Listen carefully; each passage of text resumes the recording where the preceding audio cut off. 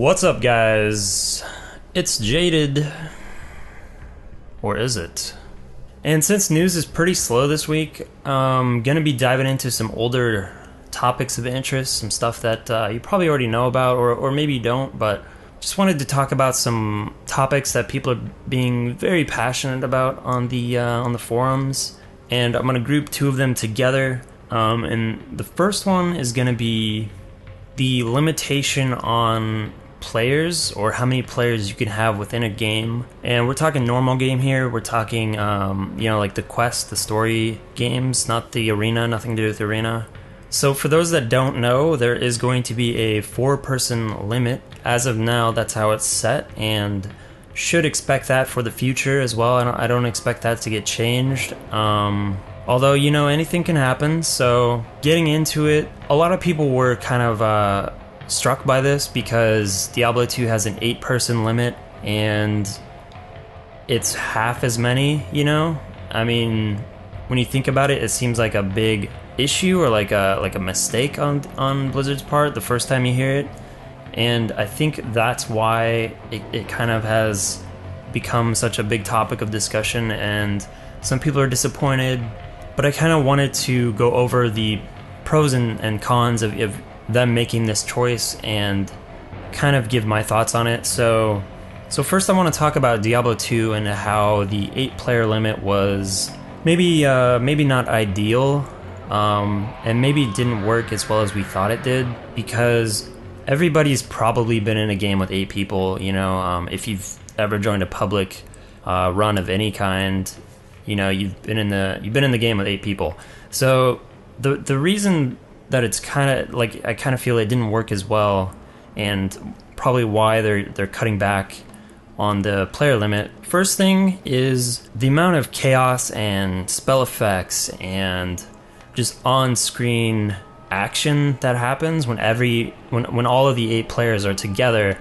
It's a bit overwhelming, and it kind of clusters your screen a lot. If you're a class that sits back and uses spells or ranged attacks or anything like that, or a necromancer that has all the skeletons going and fight for him, it's not as chaotic for you because you kind of get a step back and your screen isn't over all of these spell effects. But as a melee, bard, pally, whatever, it can sometimes be hard to see what's going on and get a clear assessment of what's exactly the enemy's spells and what's your friend's spells. So I think that's one big reason that they cut back, was just the amount of on-screen insanity. So the second thing I think they thought about was scalability, and I'm gonna try to lay this out as best as I can put it. So thinking about when you go into a 1-player game all by yourself and fight enemies, everything's very easy, especially normal and nightmare. Everything's very easy mode. Even if you're just starting out, everything's soloable. Everything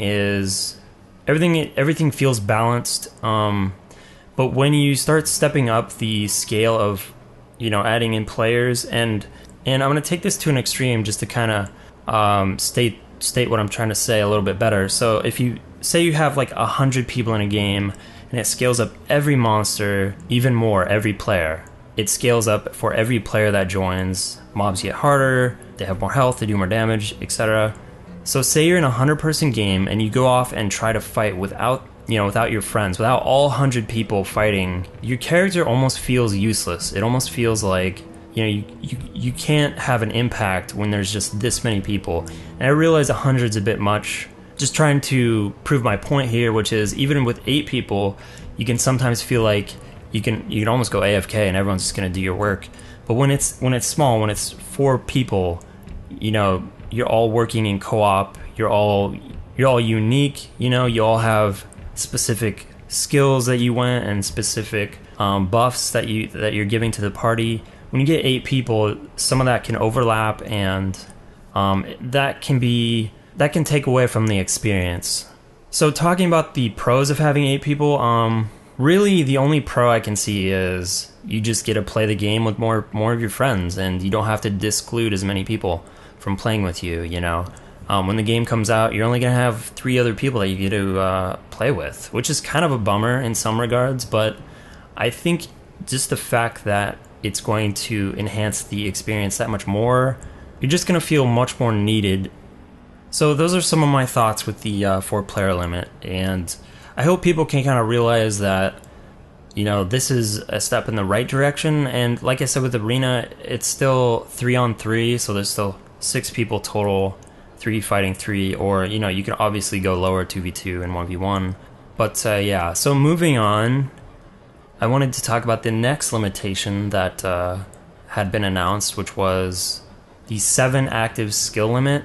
And what I mean by active is basically any skill that goes on your bar and you're clicking and you're using, you know, spells and skills actively, as opposed to, of course, passive skills, which you don't use. You know, they just enhance your character stats or other skills in some way. So I see this number as very arbitrary. How some people were putting it was it's a very arbitrary number, and, you know, without playing the game, we can't really see if we're really given enough options.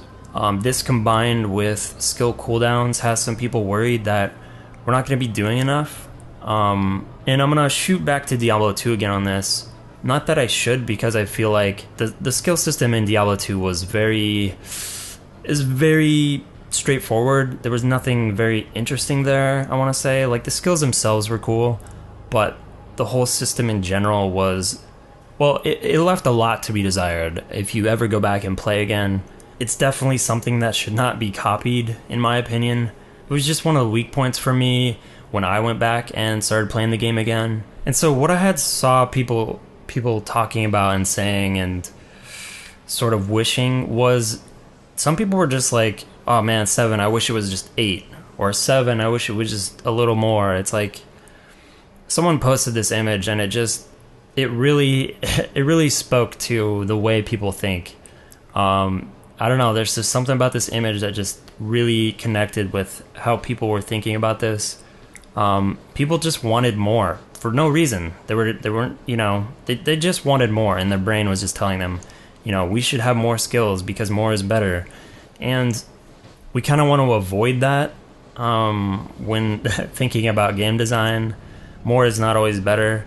And I'll give my points on why I think 7 is going to be enough, and what it really adds to the game by limiting it to 7. Some people just see a limitation and they think, well, it's limiting my ability to customize my character. But in actuality, by having only 7 skills, active skills that you can get, you're going to open up a whole, like, ton of builds that a specific class can do. So a barb's going to have just that many more builds and going to be that much more unique. Say you're in a room with only barbs, right? So you got you and 3 other barbs. Well, the fact that you can only have 7 skills means that you're probably not all taking the same 7, and you're going to be unique, and it adds that same sort of flavor of replayability. You know, you could have a PvP character that's going to have 7 different skills than your PvE character, or what have you. So I think it really adds a lot in that regard. And also, if you look at, I don't want to say similar games, but they kind of are in nature, like your Dotas, your Hans, your League of Legends, or also Bloodline Champions, or, you know, games that share a lot of similarities in the combat, where you're limited to, you know, X amount of skills. You don't have like this big hotbar filled with, you know, every single keyboard key that you can possibly imagine, and that's just sort of how this game works. Is it just works better on a small skill scale. Oh yeah, before I forget, I was gonna compare it to Diablo 2, which if you make a Diablo 2 character, especially now that they added synergies, you really only, the average character has about 5 skills, and one of them is generally defensive. So let's take Sork for example. You know, you could go Frozen Orb Meteor, and those are your main 2 abilities, other than Static Field, of course, for bosses and stuff. And then you got Teleport, which is your movement ability, and then you got, you know, you're probably going to get one of the Ice Shields in the Cold Tree. So, you know, you really only have 1 or 2 abilities in Diablo 2 that you're using constantly. That's going to change a bit for Diablo 3, but you are still going to have very you are probably still going to have maybe 5 or so active abilities that you're using constantly. The other 2 will be like long cooldowns or a movement ability such as teleport. I think that's where people start to fear that it's not enough, is when you start adding like buffs and cooldowns and all this stuff. So we'll have to see how it plays out, and I'm pretty sure, you know, people are going to feel much better about this when they get in game and see that, you know, hey, I don't have to take these abilities with on cooldowns, and really see all the customizability with, you know, runes and traits, and when all this stuff combines into like a complete experience, people are probably going to start feeling a bit better about it. But yeah, those are my thoughts on the 2 limitations. Let me know how you guys feel about them. If, you know, I didn't talk about something that that you're interested in or feel strongly about. So that's going to do it for me, guys. Thanks for watching as always, and yeah, I'll see you in the next one. See you guys.